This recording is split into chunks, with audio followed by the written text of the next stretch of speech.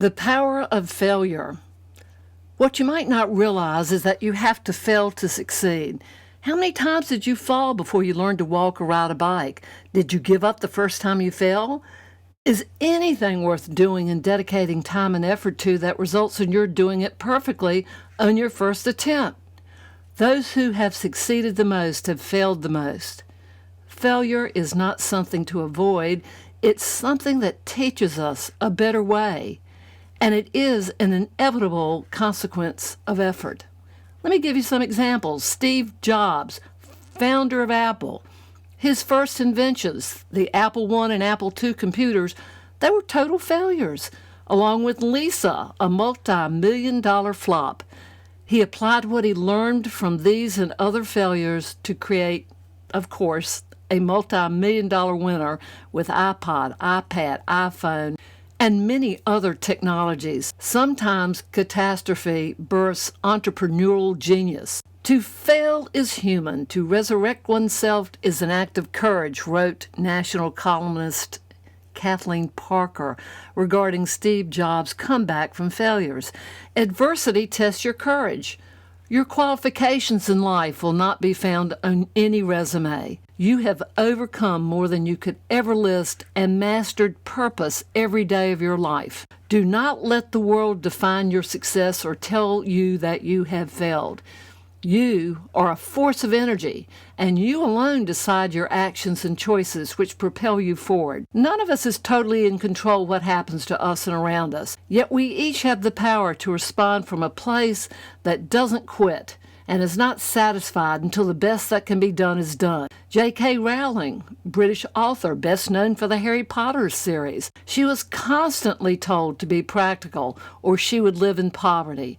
Her marriage failed. She became a single mom and then dedicated herself to the only thing she felt an inclination for, her imagination and her writing. Faith in yourself, despite others' opinions, leads to personal success because there is no success without authenticity.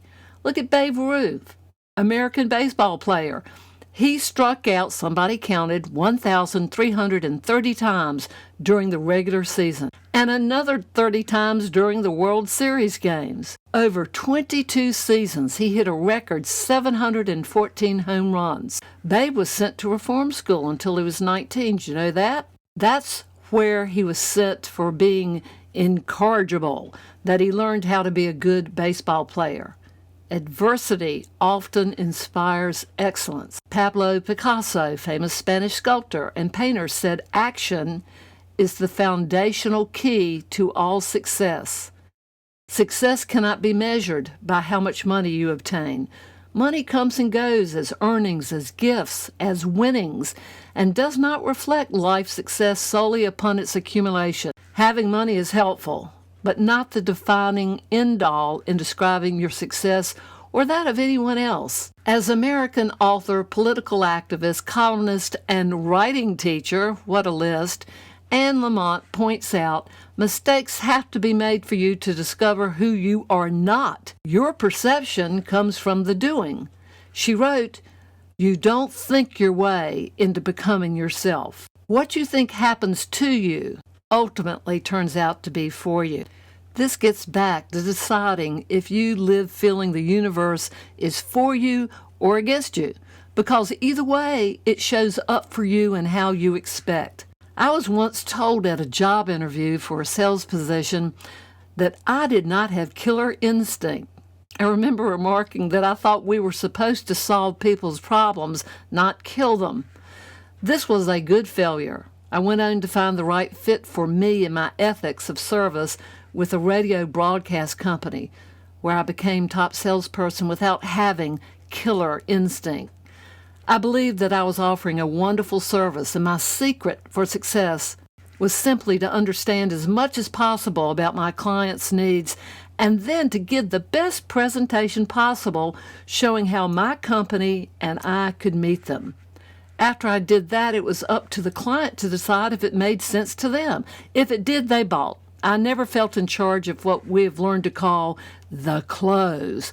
I was only in charge of creating the absolute best presentation I could, communicating the benefits clients could expect if they said yes to my idea. When there was a no, I never felt bad because, after all, it was their money, and I knew I had done the best I knew how. What I often told new salespeople is that just because someone says no, it doesn't mean no forever. I can walk into a shoe store and have a need for black shoes. If I don't find black shoes I like, it doesn't mean I'm not coming back. It just means today I did not find what I was looking for. I've always appreciated clients telling other clients that they bought from me, not that I sold them a package. Anyone can learn to verbally manipulate, but that doesn't serve truth, and ultimately it's unethical. It was despite being shown how to do that, as it was often called something else, that I chose the higher ground of care, sincerity. My concern was to look after the interests of the client first, my company, and then what I wanted would fall into place. The intention was to be unconcerned with what I wanted and to deliver what my client wanted and needed first. People expect honesty and prepare for lies. People hope for excellence and often settle for mediocrity. Since you could be one of those people, consider doing what I have come to practice.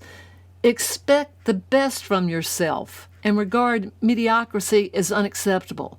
If everyone would believe in themselves enough to practice this, it would eliminate the need to be on guard and cautious about every business decision made. When you come from a place of truth and service, you do not have competition.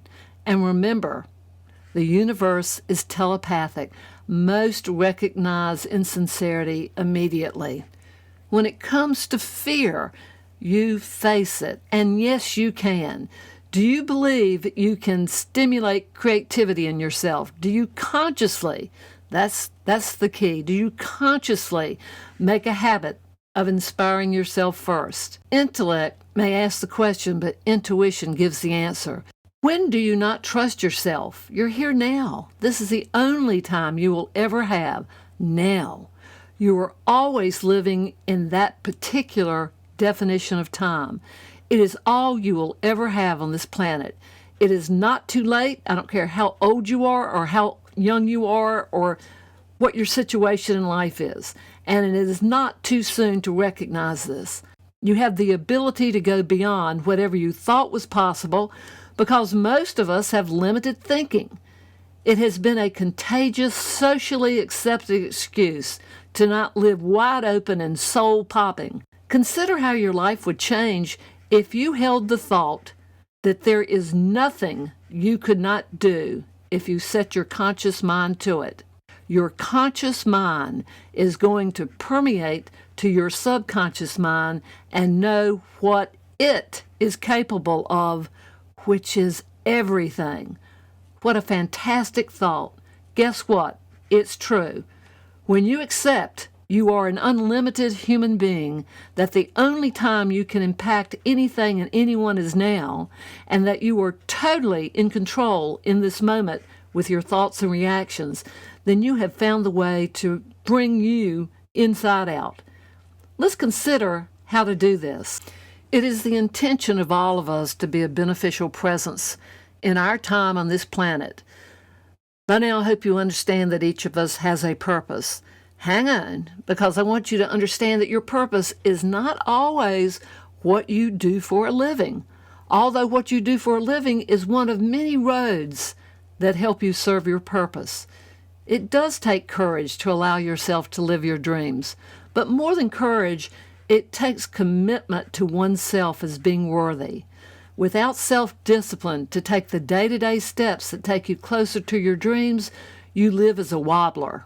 That's my word for it. It's a wobbler vacillates day to day, moment to moment, not so much on what steps to take, but whether to take them at all. Wobblers delay or altogether squander the light they were meant to bring forth through their energy and endeavors. Any kind of quality that you wish to add to your life, especially through the hours you give in your day-to-day environment of work, ask that you show up as you. There's no reason to imitate anyone else when you are a magnificent original. Having control over your life means taking control over your life. Intentional time for your dreams is perhaps the most important road to their fulfillment and your satisfactory achievement of being a beneficial presence with your life. Some would say life is not fair, and probably most everyone would agree. Most of us cannot get a job unless we already have one. And Stephen Wright, American comedian, writer, and actor, made a similar point when he wrote, experience is something you don't get until just after you need it. Sounds insane. The irony is the paradox. You must have already that which you want in order to get it. Love is an easy example. To receive love, you must first have to give it away. Everything that ever was or will be has been created in the invisible world of potential. It is our pleasure, our fun to discover what part of the magnificent creation is ours to express as only we can. What you want to do and who you want to be is always within your reach, believing it is so. I remember when I was in school as a non-traditional student, because I was older, I had to, did you know this, audition to become commencement speaker. You had to have certainly a 4.0 average, which I did, and I didn't know you had to audition your speech. I believe it was 3 minutes long, and I had a professor recommend me.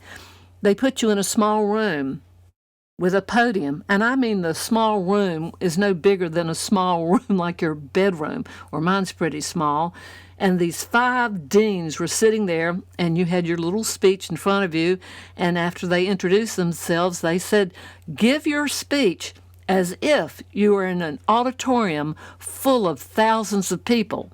So what that translated to me was, don't sound like I'm just talking to them. Show the energy. And I did, and I was very loud in a very small room. And when I was through, I was through. So I didn't say, how was that? Did you like it? That's it. It was so obvious it was through.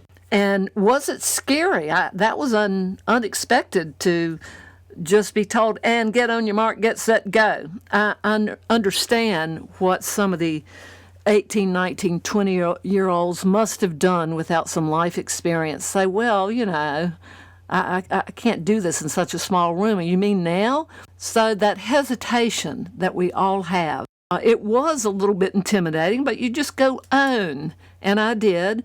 And the courtesy was you were invited back so that they could tell you face to face, because I think there were 5 people that they narrowed it down to. I was selected, yay. And then and here's the point I'm going to make about that. You'd think that might have been a little intimidating. I was so excited. And then come graduation day, and I'm in line with all these PhD folks that spent years and years studying, teaching, sharing, people I most admired. And I was in line behind them, and one of them said, aren't you nervous? And I said, no, I'm excited. And another one said, do you know how many people are out there? I said, I have no idea. And another one said, there are 10,000 people out there, and you're not nervous? I said, and I turned and looked at all of them. I said, excuse me, have y'all not stood up and given a public speech before? If you have, tell me someone in here who hasn't. And a lot of them raised their hands, and they had to defend their dissertation. So that's already sort of like public speaking, maybe worse, because your PhD was on the line. But at any rate, they said, I would die 1,000 deaths before I could do this. I would never want to do it. And I said, well, I can't wait. And let me teach all of y'all something, and remember this, and I'm teaching you too, whoever's listening to me, that the only difference between nervousness and excitement is how you define it. And I said, I'm excited. I'm not going to let you make me nervous. I cannot wait. I have something to say. I have something to share. And I have a lot of enthusiasm. And that will come across because I am sincere. And so don't let fear or other people intimidate you. I'm not around a lot of people who say, you go girl. I've not had for many years anyone say, compliment on a day-to-day, week-to-week, month-to-month basis, how great I am and how wonderful things I do are. So you learn not to expect that, and when it happens, it's like gravy, because ultimately, whatever you do in life, you're doing for you. You're doing for you. Your signature is own it. And if you're always there pleasing yourself, I think Rick Nelson wrote a song, Garden Party, and I used to think it was so selfish when he said, and I'm quoting his lyrics, went to a garden party to reminisce with my old friends, a chance to share old memories and play our songs again. When I got to the garden party, they all knew my name. No one recognized me. I didn't look the same. But it's all right now. I learned my lesson well. You see, you can't please everyone, so you got to please yourself. And I skip down and skip all the lyrics. Please go read them or go listen to a song. But it's all right now. I learned my lesson well. You see, you can't please everyone, so you got to please yourself. Because if you're not pleasing yourself, what matter does it make that you're pleasing everybody else? So fearlessly go through your life. You have so many gifts.